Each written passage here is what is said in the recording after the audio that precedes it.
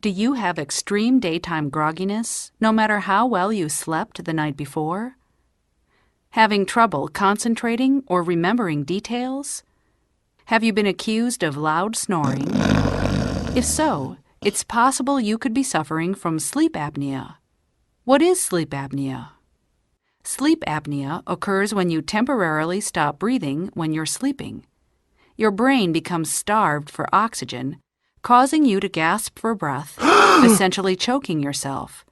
This can happen repeatedly throughout the night, without you even being aware of it.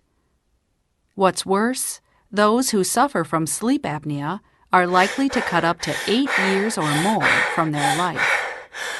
Sleep apnea is a serious health condition.